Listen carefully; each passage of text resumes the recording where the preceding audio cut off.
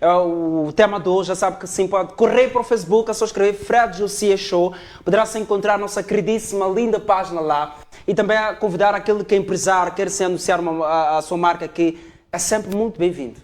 É sempre muito bem-vindo, sim, Dupla. E também queremos saber um pouco dos telespectadores aí em casa. Será que vocês sabem o que é o verdadeiro casamento sagrado? Será que existe uma diferença entre religiões, falando assim do casamento? É o que nós vamos saber. Acreditamos que já estão aí no Facebook com os comentários. Podem aí sim dizer o que é o casamento sagrado para vocês, naquilo que vocês aprenderam, naquilo que vocês vinham aprendendo, e nós também vamos aprender aqui. E para dar um pontapé. Sim, podemos começar com a estamos poderosas. Digo isso porque as mulheres gostam muito de casamento. Quando se trata de casamento, são as mulheres. Mas é claro, Micas. Se a gente não cutuca, os homens não casam, não. Tem muito medo de casar. Eu sei, conheço certo. Pastora, pode-se nos definir de facto o que é casamento, do modo geral, na sua opinião? Primeiro dizer que o casamento foi instituído pelo próprio Deus. No Gênesis nós acompanhamos isso quando Deus ele cria o homem e diz que não é bom que o homem esteja só. Então é importante que ele tenha uma companheira, alguém que possa lhe auxiliar. Pois. Então foi a partir deste momento que Deus cria a mulher e assim Deus, o próprio Deus consagrou o primeiro casamento, ok? Então o casamento é uma união de duas pessoas, um homem e uma mulher, que fique bem claro. Não um homem, uma mulher, um homem e uma única mulher, porque quando Deus fez a mulher, ele fez uma única mulher para Adão, ok? Então Deus, o casamento é a união de um homem e uma mulher com o fim de constituir uma família, com o fim de ter uma família. Então esse é que é o casamento. Uau! Incrível. Podemos ouvir a definição do dono da casa, né? O Abdul. Bom, mais uma vez saudar aos irmãos muçulmanos. Para nós, o casamento... Peço para ver se o microfone está ligado. Está ligado. Pode falar? Bom, eu começaria... Pode aproximar um pouco. Sim. Acho que já está. Mais uma vez. Atenção que tudo ao vivo é assim mesmo. Corra para o Facebook, deixa ficar o seu comentário, partilhe o programa porque está muito quente. Acho que já está, né? Acho que já está. Pode sim avançar. Produção já está? Acho que já está. Pode avançar. Está bem. Gosto sempre de me inclinar, ou seja, defender-me com as nossas escrituras. Vou pedir aqui só um instante porque estamos a ter problema aqui com o microfone. Atenção, pode sim deixar ficar o seu comentário no Facebook. Siga também o Micas Matsim no Instagram. E no Instagram, no Facebook, Micas Matsim. Vai encontrar-me lá. Assim como a Juva Loi, é só seguirem no Facebook, Instagram. E aí vão deixar aí, ficar aí alguns comentários de como é que querem que a gente esteja apresentável no programa, que é para a gente poder melhorar. Estamos de volta. Acho que já está tudo pronto. Penso que já está tudo pronto, certo. Eu dizia que primeiro saudar aos meus irmãos muçulmanos, assalamu alaikum wa rahmatullahi wa barakatuh, e depois dizer que nós como muçulmanos gostamos, ou seja, como muçulmano vou tentar ver o que as nossas escrituras sagradas dizem a respeito deste mesmo casamento. Primeiro, Deus dentro do Alcorão diz: قل إن كنتم تحبون الله فاتبعوني يحببكم الله ويغفر لكم ذنوبكم. Deus diz para o profeta Muhammad, que a paz e bênção de Deus sejam sobre ele, diz: ó Muhammad, diga à humanidade que se vocês gostam, amam a Deus, então sigam a mim, dizendo para seguir ao profeta Muhammad, que a paz e bênção de Deus estejam sobre ele. E o que é que o profeta diz sobre o casamento? O profeta diz sobre o casamento, numa das passagens, ele diz: An-nikahu min sunnati. Ele diz que o casamento é a minha tradição. Faman lam ya'mal bi sunnati falaysa minni. Aquele que não fazer o casamento, aquele que não cumprir com isto, então este não faz parte de mim. Logo, aqui nós estamos a encontrar esta obrigatoriedade de se casar. O homem muçulmano deve se casar, a mulher muçulmana deve se casar. E ficou mais claro ainda numa outra passagem onde o profeta Muhammad diz assim: Ya ma'ashara shabab, ó jovens, man istata'a minkumul ba'ata falyatazawwaj. Quem dentre vós tiver possibilidades, condições de se casar, que se case. Fa innahu aghaddu lil basar. Porque esta prática de casamento vai vos proteger de um olhar furtivo, neste caso, a cobiça, não é? Ok. E pronto, vai vos proteger também a vossa, digamos, o sexo, não é? A vossa privacidade, quer dizer, vocês serão privados só para as vossas esposas e vossas esposas só para vocês. Portanto, dizer que existem condições para que o casamento seja válido, né? Não é só porque muçulmano casou, então o casamento é sagrado. Não, existem algumas condições. A primeira condição é que o homem deve endereçar o pedido do casamento e esse pedido tem que ser aceito. Esta é uma das condições. Esse pedido, a família da esposa ou a igreja? Pode ser... Não. Aqui a igreja não entra, ou seja, a mesquita não entra. Quem entra é a pessoa que quer se casar. Então, ele vai endereçar o pedido à sua noiva, não é? Depois de ter visto. Então, a noiva tem que aceitar. Ou seja, a noiva vai aceitar. Se não aceitar, não há casamento. O que acontece muitas das vezes é que há pais que olham para certas pessoas, por exemplo, tem um colega que está a precisar de alguém para casar, diz, eu tenho filha lá em casa. Né? Ele leva o tal amigo ou tal conhecido à força sem o consentimento da filha. Por isso que o Islã disse, tem que haver consentimento entre ambas as partes, neste caso, as partes intervenientes. Tem que ser de mútuo consenso. Exatamente. Esta é uma das condições para a aceitação do casamento, ou seja, para que o casamento seja sagrado. Fora disso, este casamento dentro do Islã não é sagrado. A outra condição é que os pais também devem aceitar. O que acontece também em algumas vezes é que a nossa filha, ela encontra alguém lá fora e os pais não vão com a cara deste fulano, por exemplo. Ou acontece vice-versa. Os pais dizem, filha, acalme-se, ou filho, acalme-se, não pode ter pressa, nós não gostamos deste homem. E aí a filha, ou os filhos, nesse caso, os que se amam, dizem, não, os nossos pais já estão ultrapassados, nós podemos fazer o nosso casamento à nossa maneira. Levam-se para um certo lugar e lá casam e pronto, já está consumado o casamento. Portanto, o Islã está a proibir a filha fazer isto, ou seja, a mulher fazer isto, porque isto estaria contra as leis do próprio Deus, porque esta mulher tem tutor, portanto os tutores devem estar também em consonância, em consenso. Mas atenção, este consenso dos tutores tem que ter motivos válidos, porque há vezes em que nós temos aquelas desavenças em que, pronto, não pode casar com esta cor. Né? Isto não é motivo para proibir a sua filha ou seu filho. Porque esses são, por exemplo, esses são macenas ou machanganas, então nós não queremos nos... Não, este não é motivo. Isso é só jeito de provocação. E se uma linda, fofa aí, muçulmana, gosta de um cristão, não pode aqui haver... Bom, de acordo com o Alcorão... Aqui estão a travar, né? De acordo com o Alcorão 5, versículo 5, né? Capítulo 5, versículo 5, diz que os homens podem casar com as cristãs e as judias. Só que as muçulmanas não podem se casar com cristãos e judeus. Né? Sim. Então, eu estava ainda a falar sobre os requisitos do casamento. Outro requisito é o dote. Eu vou terminar por aqui porque vou queimar muito tempo. Outro requisito é o dote. O homem tem que dar o dote. Dote não é comprar a mulher, não. O dote é presentear a mulher, porque mulher é algo valioso. Digamos, é um ser que traz tranquilidade para o homem. Portanto, ela merece este presente. E atenção que o Islã diz que o dote não é para os pais, porque muitas das vezes os pais pensam que dá-se o dote para compensarem aquilo que eles fizeram para a sua filha. Não. O que um pai faz, o que uma mãe faz, não é compensável. O sacrifício que uma mãe faz ou que os pais fazem não é compensável. Portanto, não será um dote que vai compensar o esforço que os pais fizeram. Por isso que o Islã instituiu que o dote é da própria mulher. Ela faz o que ela quiser com aquele dote. Portanto, essas são algumas condições para que o casamento dentro do Islã seja aceito e seja sagrado. Muito bem, esteve aqui o nosso Abdul a tentar esclarecer-nos aqui o que é o casamento sagrado.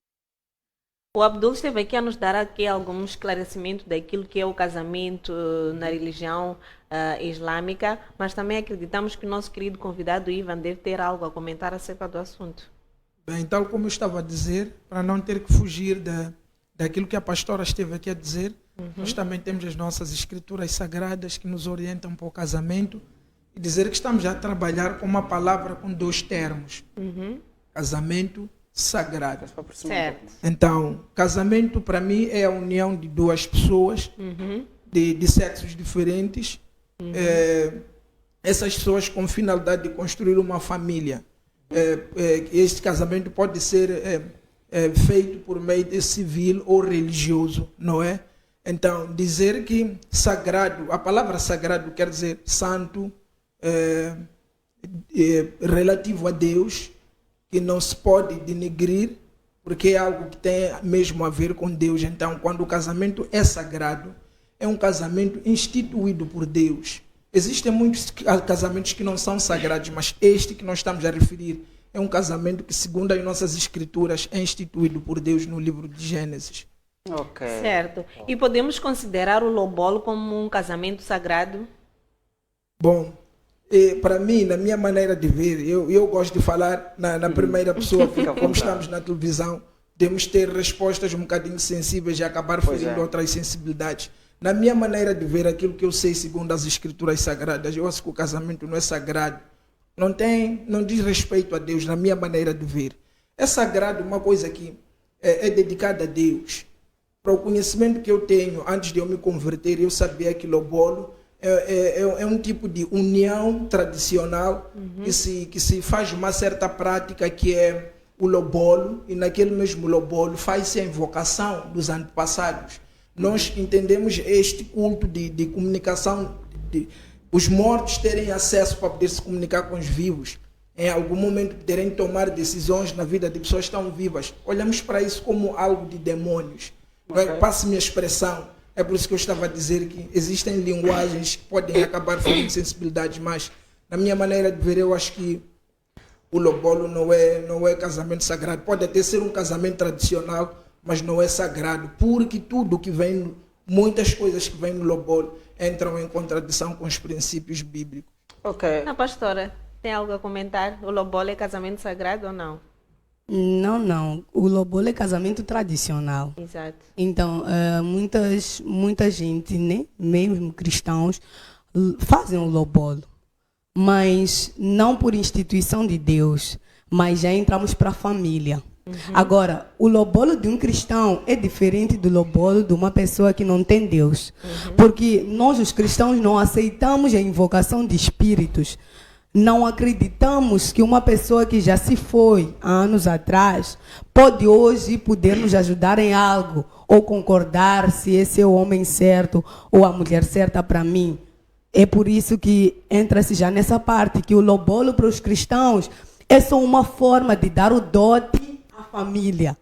Ok? Mas já não há aquela invocação de espíritos. Nós já não passamos, como dizem, no lobolo. Mas se o lobolo, e nosso lobolo não envolve bebida. Então, naquelas coisas de bebida, nós transformamos aquilo, ou damos em dinheiro, ou o quê? Mas não entra bebida, não entram essas coisas que não agradam a Deus ali dentro do lobolo. Mas faz o lobolo no cristianismo para honrar os pais, né? Por causa da tradição onde nós estamos. Da mesma maneira que podem haver outras tradições em outros lugares, que não é lobolo, mas é algo que eles fazem antes do casamento, basta que não fira a palavra de Deus. Bom, pastor, nós notamos aqui que o casamento civil, diríamos, é um contrato.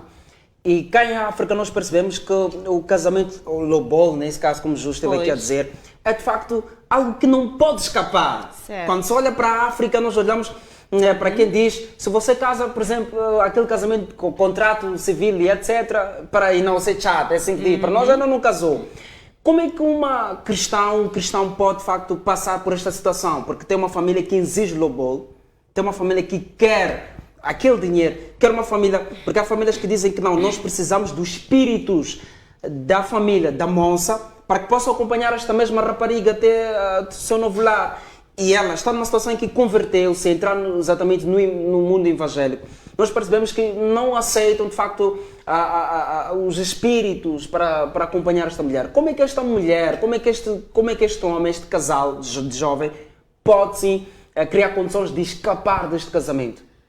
Diferente do Islã, como teve aqui a explicar, eu ouvi, diferente do Islã, aqui no cristianismo, Claro que nós queremos, em algum momento, o conselho ou o consentimento dos nossos pais. Mas, primeiramente, nós sentimos aquilo ou ouvimos aquilo que Deus diz. Se Deus diz que você tem que casar com essa pessoa, não importa se teu pai ou tua mãe não concordem com isso, ok? Então, se a tua família ainda invoca espíritos, se eles não querem participar ou deixar-te casar, você pode casar sem que eles existam lá, sem que eles estejam lá.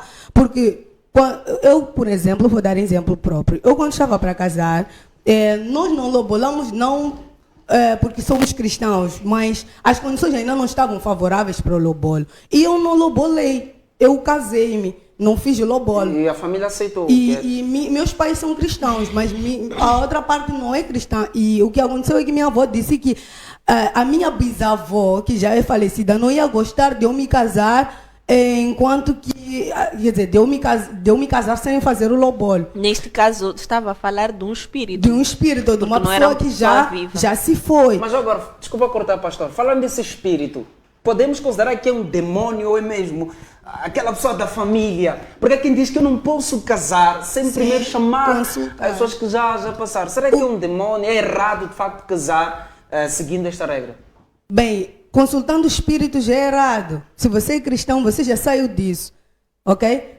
Nós, os crentes, os cristãos que acreditamos em Jesus Cristo, aquele que morreu por nós na cruz, nós não invocamos espíritos. Então, aqueles demônios que saem ali na hora do curandeiro, não é o pai, é um demônio. Não é o pai, porque o demônio, na verdade, ele conheceu o teu pai. Se é um demônio familiar, ele sabe como teu pai falava, ele sabe do que ele gostava. Então, muitas vezes, quem vai gostar, Micas, vamos lá supor, tu estás para casar e dizerem para ti, vais levar um demônio. Não, eles vão dizer, vais levar alguém da família, ok? Porque se falaram que vais levar um demônio para o lar, você não vai querer o demônio. Quer dizer, mesmo o curandeirismo, as consagrações, tudo, eles não vão falar que é demônio para disfarçar, ok? Eles vão dizer que é um espírito que tem que te acompanhar, ou é um espírito que tem que te ajudar nisso, que vai abençoar a casa, enquanto não é verdade, ok? Tudo aquilo que nós fazemos é uma invocação maligna,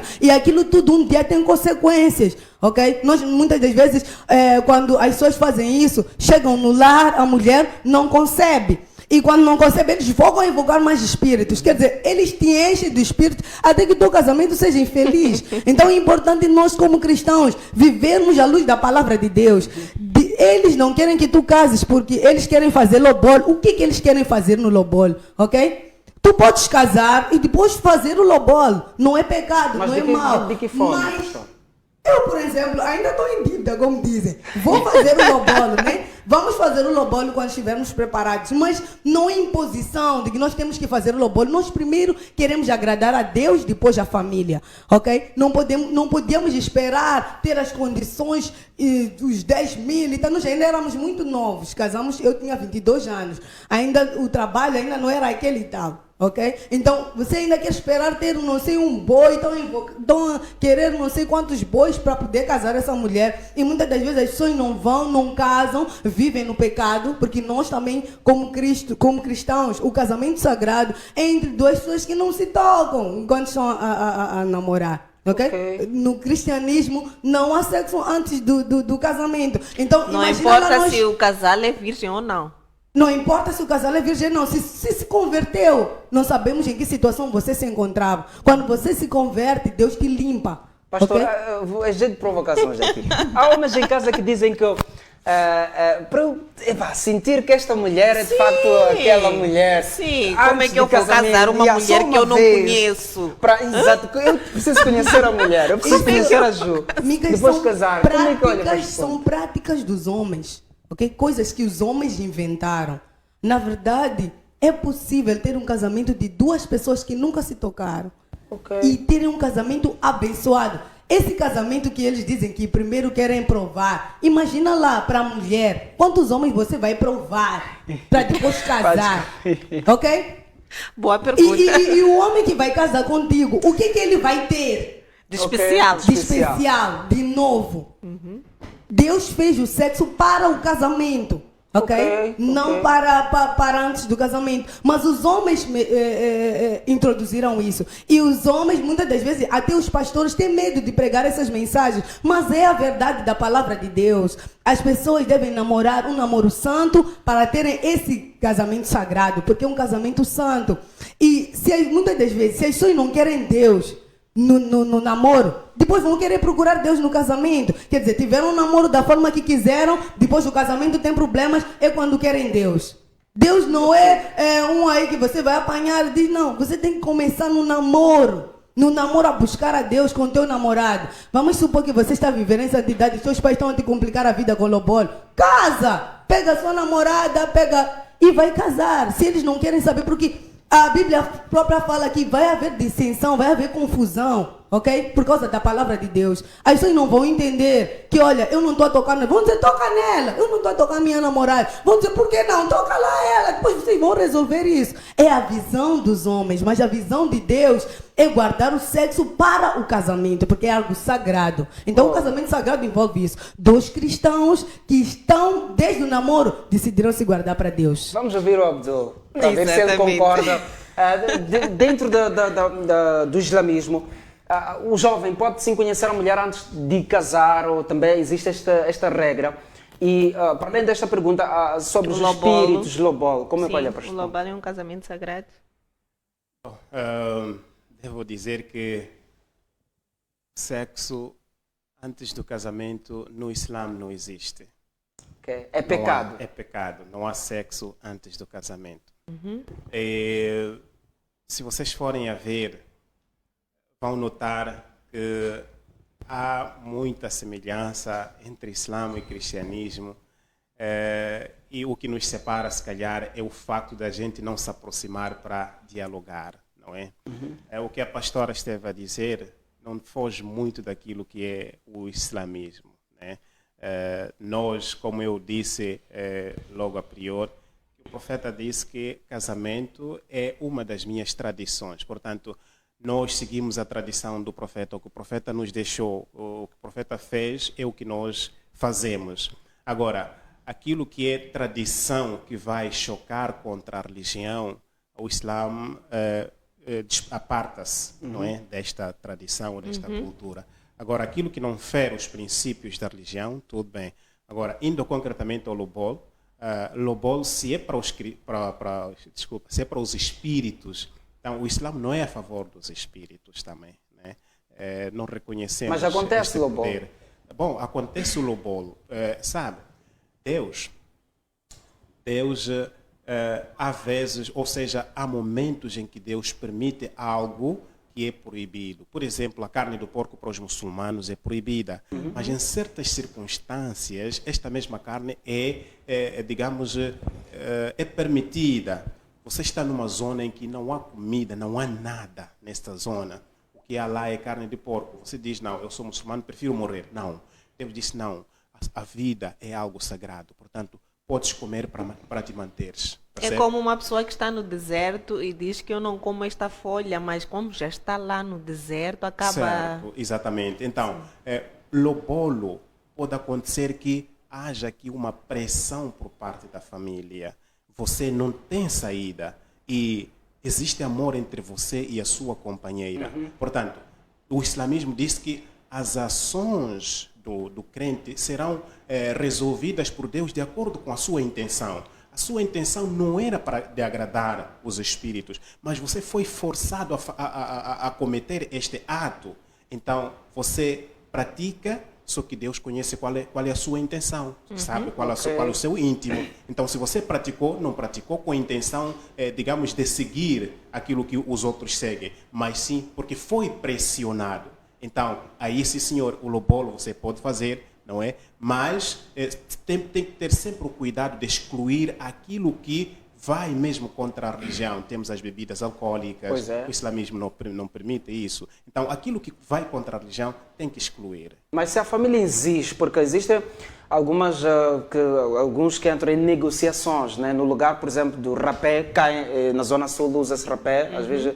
Há aquela negociação, né? Que nós, no lugar de álcool, nós vamos comprar isto, no lugar de rapé, nós vamos comprar aquilo. Não acontece no islamismo. Eu penso que é uma pergunta já respondida.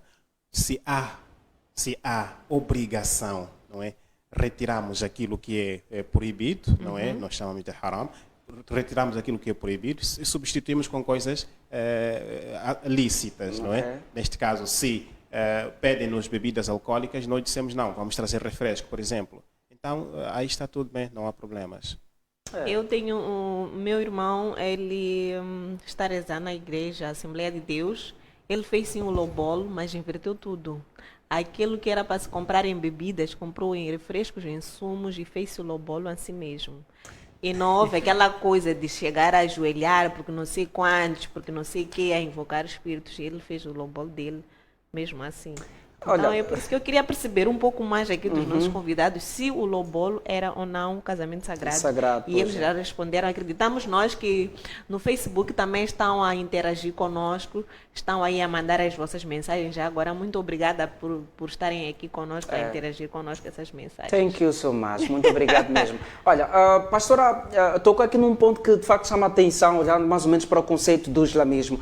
A pastora disse muito bem que Deus fez o homem para só uma mulher e uma mulher só para um homem. E quando nós entramos visitando um pouco o islamismo, nós notamos que o homem tem de facto esta, diria, liberdade ou bónus de casar, se possível, 4 mulheres. 2, 3 mulheres. 3, sim, 3, 4. Será que não foge aquilo que é a regra do casamento sagrado? Continua de facto jovem a ter um casamento sagrado com as mais 3 mulheres, depois de ter mais um? Bom, dizer que esta prática não é prática instituída apenas no tempo do profeta Muhammad, é uma prática que já vinha, não é? Se vocês forem, se vocês forem a ver mesmo os profetas passados, eles já tinham tantas esposas, e falamos mesmo do próprio patriarca, que é o Abraão, tinha 2 esposas, não é? Agar e Sarai. Portanto, o que aconteceu foi que no tempo do profeta Muhammad, sallallahu alaihi wasallam, a poligamia ela foi regrada, houve uma regra, não é? Ao invés do homem ter 10, 20, 30 mulheres ou 30 esposas, ele tinha que ter no máximo 4 esposas. E veja que o versículo dentro do Alcorão que fala, que permite, atenção que isto não é obrigação, é uma permissão que Deus dá. O versículo que fala disso, quando é que ele foi revelado? Porque o Alcorão é um livro que foi revelado de acordo com as circunstâncias ao profeta Muhammad. Quando é que este versículo foi revelado? Foi revelado quando os muçulmanos saíram de uma batalha, chamada Batalha de Uhud. Lá lutaram contra pessoas que queriam atacar os muçulmanos. E naquela batalha houve revés, isto é, muçulmanos sofreram muitas baixas e morreram muitos muçulmanos. Então, quando eles voltam para casa, estavam muitas viúvas, não é? E muitos órfãos. Portanto, Deus permitiu aos muçulmanos para que casassem com 2, 3 ou 4 só para completar esposas. O número, né? Não bem para completar o número, mas também para confortar as famílias, não é? Veja no verso onde Deus diz, ele diz assim, Bismillahirrahmanirrahim, ele diz assim: "Wa in khiftum alla tuqsitu fil yatama". Se vocês acharem que não serão, digamos, justos para com os órfãos, fankihu ma taba lakum minan nisa. Então, casem com as mulheres boas. Entre as mulheres boas, não é? Mathna wa thulatha wa ruba'. Casem-se com 2, com 3 ou com 4. Mas veja o que é que Deus mais além diz. Diz, fa in khiftum alla ta'dilu. Se vocês acharem que não serão justos com essas mulheres, fawahida, então casa apenas com uma. Portanto, o casamento como tal é obrigação, mas a poligamia é apenas uma permissão. Ok. Certo. Interessante. Vamos querer saber mais, né? Vamos querer saber mais. E eu ainda quero saber um pouco mais, mesmo depois do intervalo. Costuma-se dizer, pastora, que nós as mulheres somos muitas. Então é por isso que os homens acabam casando 2, 3 mulheres, porque os homens são poucos. Mas é verdade. Então essa resposta a pastora vai responder-nos depois de um breve intervalo. Até já. Até já. Aleluia.